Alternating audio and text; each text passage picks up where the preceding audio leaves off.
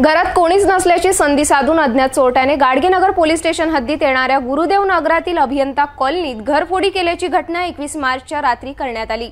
अज्ञात चोरट्याने घरातील कपाटात असलेल्या चांदीच्या तोरड्या, ग्लास, चांदीचे नाणे, सोन्याच्या बांगड्या असा एकूण 33,000चा मुद्देमाल चोरी करून पसार झाले।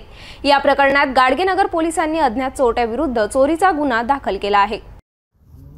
शेजारी राहणाऱ्या किंवा पोलिसांना माहिती न देता एक कुटुंब घराला कुलूप लावून त्यांच्या मुलीच्या घरी गेले आणि इकडे लक्ष देऊन असणाऱ्या चोरट्यांनी बंद घरावर निशाणा साधला।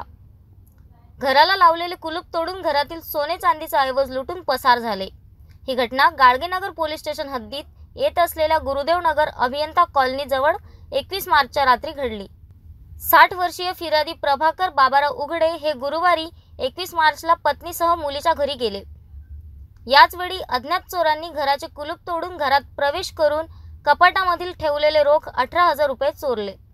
यासोबतच कपाटात असलेले लहान बाळाचे चांदीच्या तोरड्या, छोटे ग्लास, चम्मच, वाटी व लक्ष्मीची छाप असलेले प्रत्येकी 10 ग्रॅमचे 5 नाणे असे एकूण अंदाजे 70.80 ग्राम, किंमत अंदाजे 5,000 रुपये, तसेच लहान बाळाचे कानातील सोन्याच्या बांगड्या, वजन 3 ग्राम, किंमत 10,000 रुपये असा एकूण 33,000 रुपयांचा मुद्देमाल अज्ञात चोरट्याने लंपास केला।